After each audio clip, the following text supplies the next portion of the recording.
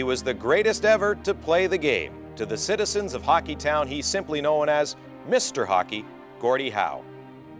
There's no doubt about it. In the era of my young career, Gordie Howe was the greatest. In our day, head and shoulders the best hockey player that ever played the game.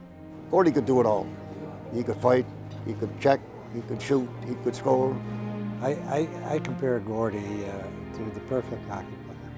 Gordie Howe was born in Floral, Saskatchewan in 1928 and grew up in nearby Saskatoon.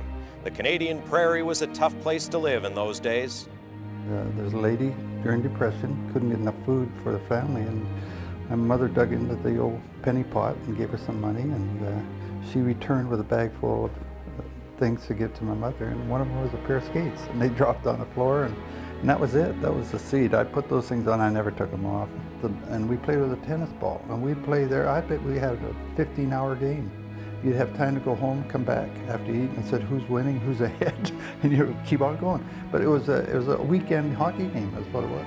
The Saskatoon Quakers senior team had a timekeeper named Fred Pinckney. Now his name may not ring a bell, but Pinckney was a part-time scout for Jack Adams. And when Gordie Howe turned 16, it was Pinckney who spent the best $100 that Adams ever invested. The year was 1944, and Gordie Howe became property of the Detroit Red Wings. But I saw him when he first came from Western Canada as a 17-year-old punk.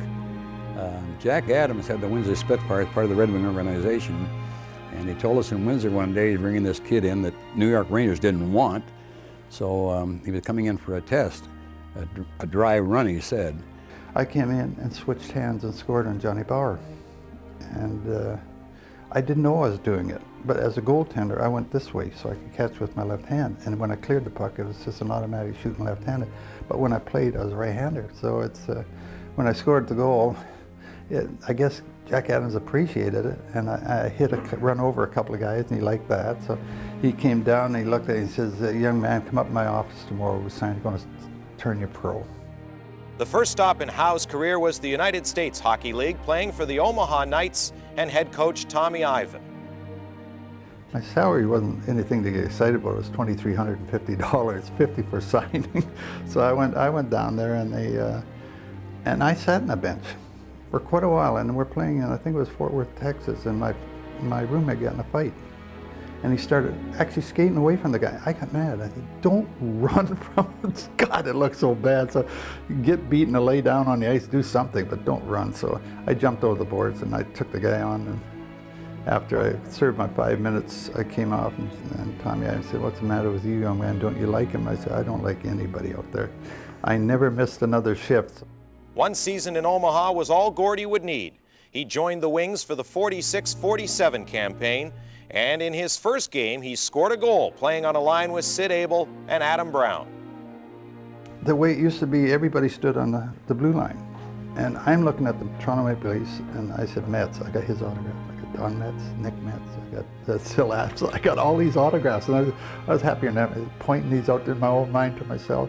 We had him when he was a kid. And the wife and I used to take him out after a game and get him a hamburger and a milkshake and take him back to bed so we could go out and have a beer. He was only about 18 years old, yeah, but he was a good kid. He was a good kid. He was one of the greatest I've ever seen. And Adam Brown being such a kidder. When I scored my goal against Turk Broda, it was right there. I remember where I was going to see it myself now. But I got by Turk, and he came over and they made an announcement, and he said, "You didn't get the goal, I touched it." He had me really going for a minute. The production line, the scoring titles, and the Stanley Cups are all coming up as Heroes of Hockeytown continues with the Gordie Howe story next week.